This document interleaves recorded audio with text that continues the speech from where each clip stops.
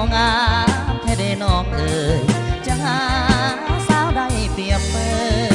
บ่มีอีกเลยแก้วตายามใดพบผ่านใจไว้วันหนักหนายามได้พบแม่ขวัญตา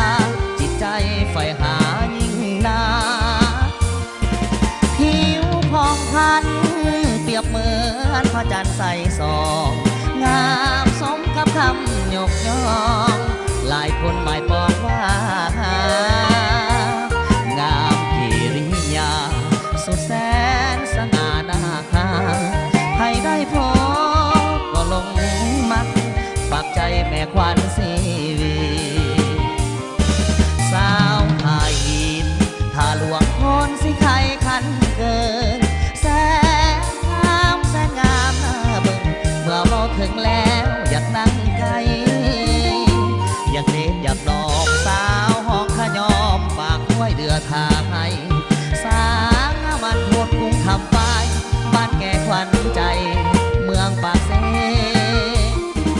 เฮ้จังได้อายจริงจะได้เป็นคู่กับสาวปากเซผู้โหสิได้เป็นคู่เจ้าเดสิเฮ็ดอย่างใดจริงจะได้กับพิงเป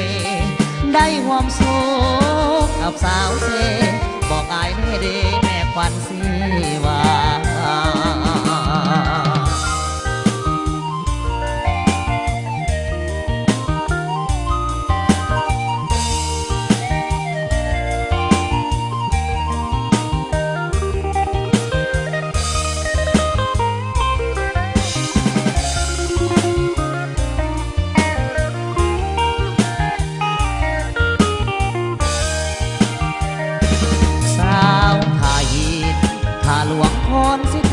คันเกินแส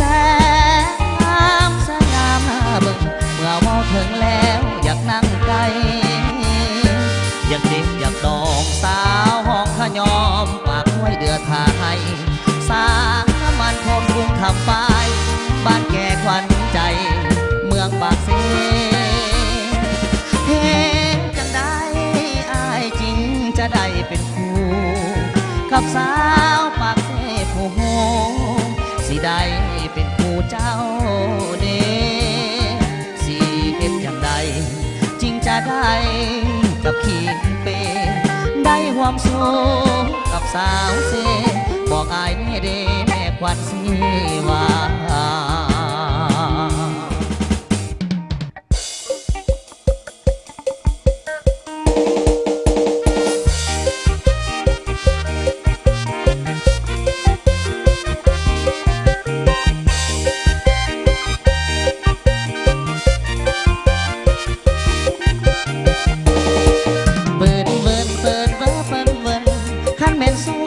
ให้วันนี้ไกลๆเพิ่นเวินทันบ่แม่นสู้ไผให้เวินมาไกลพอได้รู้จักกันมาม้วนสื่นสร้างสายสัมพันธ์มาม้วนสื่นสร้างสายสัมพันธ์มาคู่จักกันอยู่ในวงฟ้อนลำเบิดเวินเปิดเวิเปิ้นเวินหัวใจอ้ายเพิ่นอยากจะเวินไปน้ำแก้มเปิดเวินโอ้แม่งามคำอ้ายอยากฟ้อนลำน้ำสาวแก้มเปิ้นเวินแอวอ่อนฟ้อนงามเหลือเกินแอวอ่อนฟ้อนงามเหลือเกินแม่แก้มเปิ้นเวินละน้องอยู่บ้านใดเห็นหน้าพาให้ไปฝันมาคู่จากกันตั้งแต่วันนี้ไปจะมอบจิตละทางกายและใจจะมอบจิตละทางกายและใจสิว่าจังได้จังสิได้อยู่ที่เปิดเวินเปิดเวินเปิดเวินน้องยาวเฝ้าเหมือนแก้มเปิดเวินคนดีแก้มสาวขาวนวลสนหอมถ้าอยากสู่ดอมมาเป็นคู่สีถ้าหากน้องนางหวังดีถ้าหากน้องนางหวังดีคอยวันพันปีจะอยู่กับแก้มเปิดมา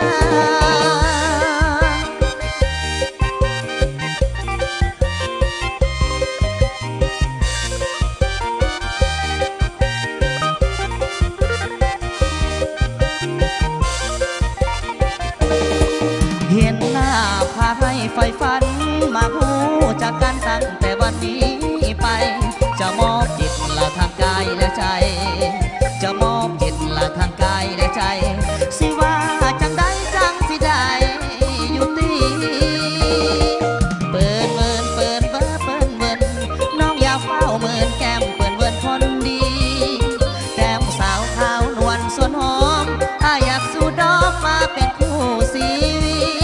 ถ้าหากละน้องนางหวังดีถ้าหากละน้องนางหวังดีคอยวันพันปีสิอยู่กับแก้มเปิดเมินคอยวันพันปีสิอยู่กับแก้มเปิดเมิน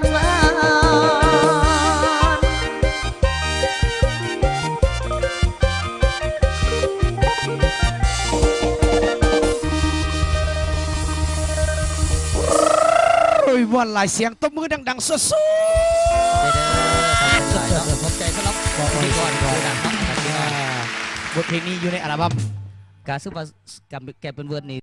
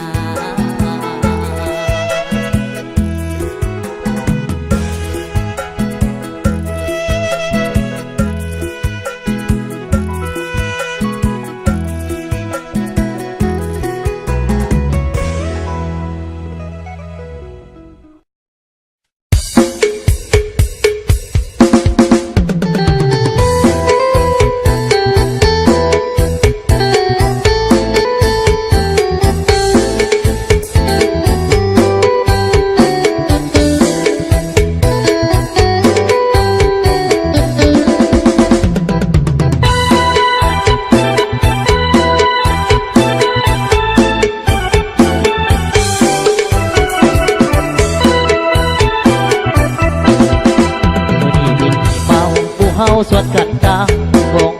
พอบอกตามตรงตั้งอกเพื่อกินเหล้าขาวยกแก้วยกโชกอย่าถอกคิดเด้อสหายเป็นเฮาโบราณแต่ว่าเฮาพากันโง่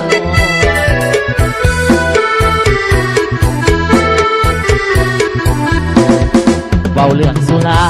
ปิ้งมาประจังสิแม่เบาแบบแฟนไอ้คือผู้เบากินมาฟัดปวดอีหลีนาลีกับเฮาบอกยาแนวนี้ละนะเขาว่าขาดตะวันมืออด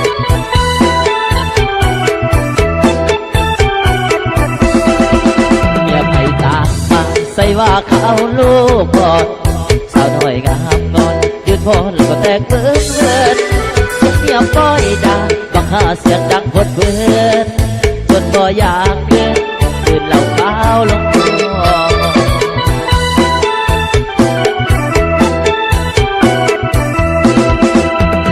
อขอลาก่อนเด้อสหาย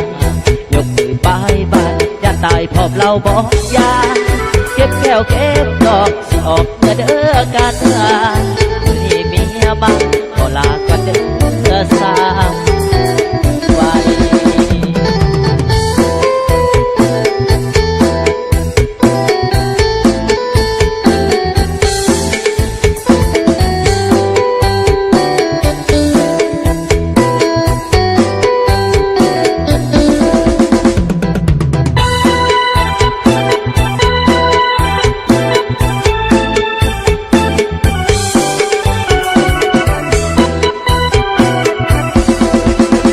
ไผ่ตามาใส่ผ้าขาวลูกอ่อน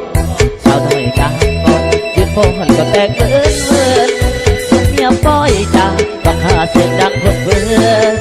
จนบ่อยากเกินเป็นเหล้าขาวลงมื้